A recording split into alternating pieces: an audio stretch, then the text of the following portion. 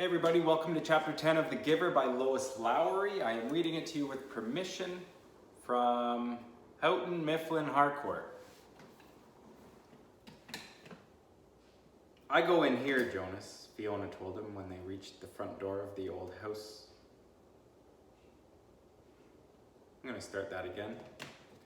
I go in here, Jonas, Fiona told him when they reached the front door of the house of the old after parking their bicycles in the designated area. I don't know why I'm nervous, she confessed. I've been in here so often. She turned her folder over in her hands. Well, everything's different now, Jonas reminded her. Even the nameplates on our bikes. Fiona laughed. During the night, the nameplate of each new 12 had been removed by the maintenance crew and replaced with the style that indicated citizen in training. I don't want to be late, she said hastily and started up the steps. If we finish at the same time, I'll ride home with you. Jonas nodded, waved to her, and headed around the building toward the annex, a small wing attached to the back. He certainly didn't want to be late for his first day of training either. The annex was very ordinary, its door unremarkable. He reached for the heavy handle, then noticed a buzzer on the wall, so he buzzed instead. Yes? The voice came through a small speaker above the buzzer. It's, Jonas. I'm the new... Come in. A click indicated that the door had been unlatched. The lobby was very small and contained only a desk at which a female attendant sat working on some papers. She looked up when he entered. Then, to his surprise, she stood. It was a small thing, the standing, but no one had ever stood automatically to acknowledge Jonas's presence before. Welcome, receiver of memory, she said respectfully. Oh please, he replied uncomfortably. Call me Jonas. She smiled, pushed a button, and he heard a click that unlocked the door to her left. You may go right on in, she told him. Then she seemed to notice his discomfort and to realize its origin. No doors in the community were locked, ever. None that Jonas knew of anyway. The locks were simply to ensure the receiver's privacy because he needs concentration, she explained. It would be difficult if citizens wandered in looking for the Department of Bicycle Repair or something. Jonas laughed, relaxing a little. The woman seemed very friendly, and it was true. In fact, it was a joke throughout the community that the Department of Bicycle Repair, an unimportant little office, was relocated so often that no one ever knew where it was. There is nothing dangerous here, she told him. But, she added, glancing at the wall clock, he doesn't like to be kept waiting. Jonas hurried through the door and found himself in an uncomfortable, furnished living area. It was not unlike his own family unit's dwelling. Furniture was standard throughout the community, practical, sturdy, the function of each piece clearly defined, a bed for sleeping, a table for eating, a desk for studying. All of those things were in this spacious room, though each was slightly different from those in its own dwelling. The fabrics on the upholstered chairs and sofa were slightly thicker and more luxurious. The table legs were not straight like those at home, but slender and curved with a small carved decoration at the floor. The bed, in an alcove at the far end of the room, was draped with a splendid cloth embroidered over its entire surface with intricate designs. But the most conspicuous difference was the books. In his own dwelling, there were the necessary reference volumes that each household contained, a dictionary, and the thick community volume which contained descriptions of every office, factory, building, and committee. And the book of rules, of course. The books in his own dwelling were the only books that Jonas had ever seen. He had never known that other books existed. But this room's walls were completely covered by bookcases, filled, which reached to the ceiling. There must have been hundreds, perhaps thousands of books, their titles embossed in shiny letters. Jonas stared at them. He couldn't imagine what the thousands of pages contained. Could there be rules beyond the rules that governed the community? Could there be more descriptions of offices and factories and committees? He had only a second to look around because he was aware that the man sitting in the chair beside the table was watching him. Hastily, he moved forward, stood before the man, bowed slightly, and said, "I'm Jonas." "I know. Welcome, receiver of memory." Jonas recognized this man. He was the elder who had seemed separate from the others at the ceremony, though he was dressed in the same special clothing that only elders wore. Jonas looked self-consciously into the pale eyes that mirrored his own. "Sir, I apologize for my lack of understanding." He waited, but the man did not give the standard accepting of apology response.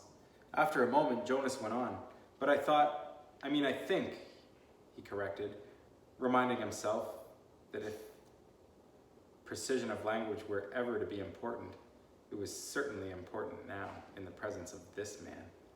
"That you are the receiver of money. I was only assigned, selected yesterday. I'm not anything at all, not yet." The man looked at him thoughtfully, silently.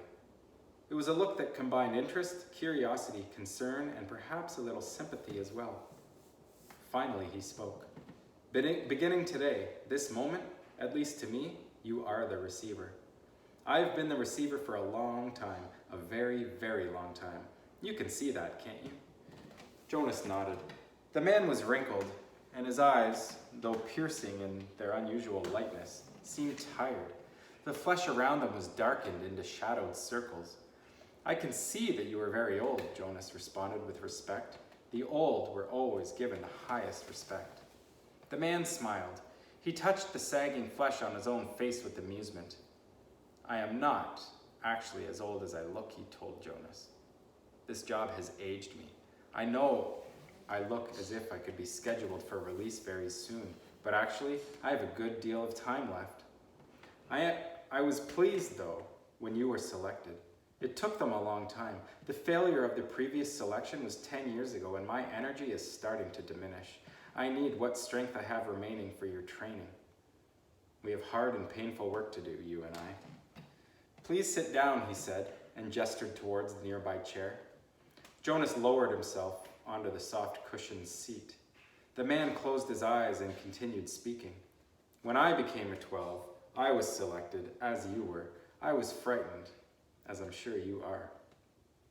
He opened his eyes for a moment and peered at Jonas, who nodded. The eyes closed again. "I came to this very room to begin my training. It was such a long time ago. The previous receiver seemed just as old to me as I do to you. He was just as tired as I am today." He sat forward suddenly, opened his eyes, and said, "You may ask questions. I have so little experience in describing this process, it is forbidden to talk about it." "I know, sir. I have read the instructions," Jonas said. "So I may neglect to make things as clear as I should." The man chuckled. "My job is important and has enormous honor, but that does not mean I am perfect. And when I tried before to train a successor, I failed. Please ask any questions that will help you." In his mind, Jonas had questions, 1,000, 1,000,000 questions, as many questions as there were books lining the walls, but he did not ask one, not yet.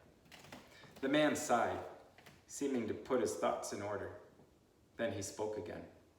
"Simply stated," he said, "although it's not really simple at all, my job is to transmit to you all the memories I have within me, memories of the past." "Sir," Jonas said tentatively, "I would be very interested to hear the story of your life and to listen to your memories." "I apologize for interrupting," he said quickly. The man waved his hand impatiently. "No apologies in this room. We haven't time." "Well," Jonas went on, uncomfortably aware that he might be interrupting again, "I am really interested. I don't mean that I'm not, but I don't exactly understand why it's so important. I could do some adult job in the community, and in my recreation time I could come and listen to the stories from your childhood. I'd like that. Actually," he added, "I've done that already in the House of the Old. The old like to tell about their childhoods, and it's always fun to listen." The man shook his head. No, he said. "I'm not being clear. It's not my past, not my childhood that I must transmit to you." He leaned back, resting his head against the back of the unupholstered chair. "It's the memories of the whole world," he said with a sigh. Before you, before me, before the previous receiver, and generations before him. Jonas frowned. The whole world, he asked? I don't understand. Do you mean not just us? Not just the community? Do you mean elsewhere too? He tried in his mind to grasp the concept. I'm sorry, sir. I don't understand exactly. Maybe I'm not smart enough. I don't know what you mean when you say the whole world or generations before him. I thought there was only us. I thought there was only now. There's much more. There's all that goes beyond, all that is elsewhere, and all that goes back and back and back. I received all those when I was selected. And here in this room, all alone, I re-experience them again and again.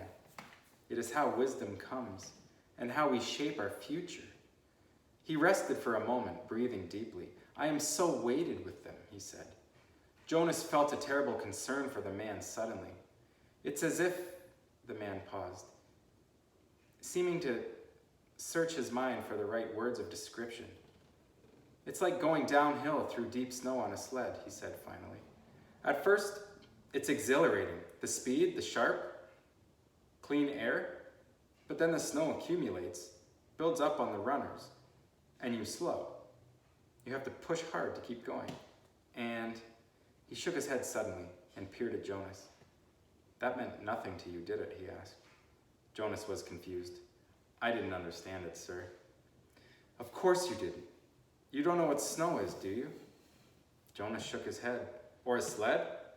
Runners? No, sir, Jonas said. Downhill? That term means nothing to you? Nothing, sir. Well, it's a place to start. I had been wondering how to begin. Move to the bed and lie face down. Remove your tunic first. Jonas did so, a little apprehensively. Beneath his bare chest, he felt the soft folds of the magnificent cloth that covered the bed. He watched as the man rose and moved first to the wall where the speaker was. It was the same sort of speaker that occupied a place in every dwelling, but one thing about it was different. This one had a switch, which the man deftly snapped to the end that said off. Jonas almost gasped out loud. To have the power to turn the speaker off? It was an astonishing thing. Then the man moved with surprising quickness to the corner where the bed was. He sat on a chair beside Jonas, who was motionless, waiting for what would happen next. Close your eyes. Relax. This will not be painful. Jonas remembered that he was allowed, that he had even been encouraged to ask questions. What are you going to do, sir? He asked, hoping that his voice didn't betray his nervousness. I'm going to transmit the memory of snow, the old man said, and placed his hands on Jonas's bare back. And that's chapter 10. Thanks for listening.